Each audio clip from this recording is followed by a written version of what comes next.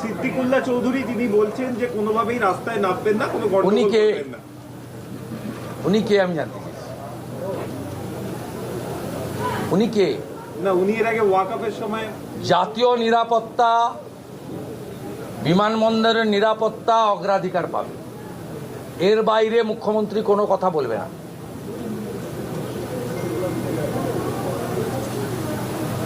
উনি খুব নরম নরম কথা বলেছেন।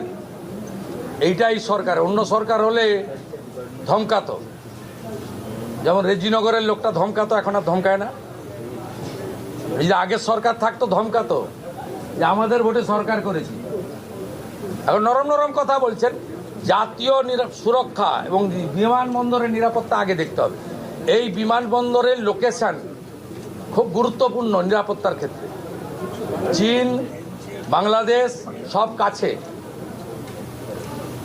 এটা আন্তর্জাতিক বিমানবন্দর, এইখানে এইভাবে খুলে রাখা যায় না।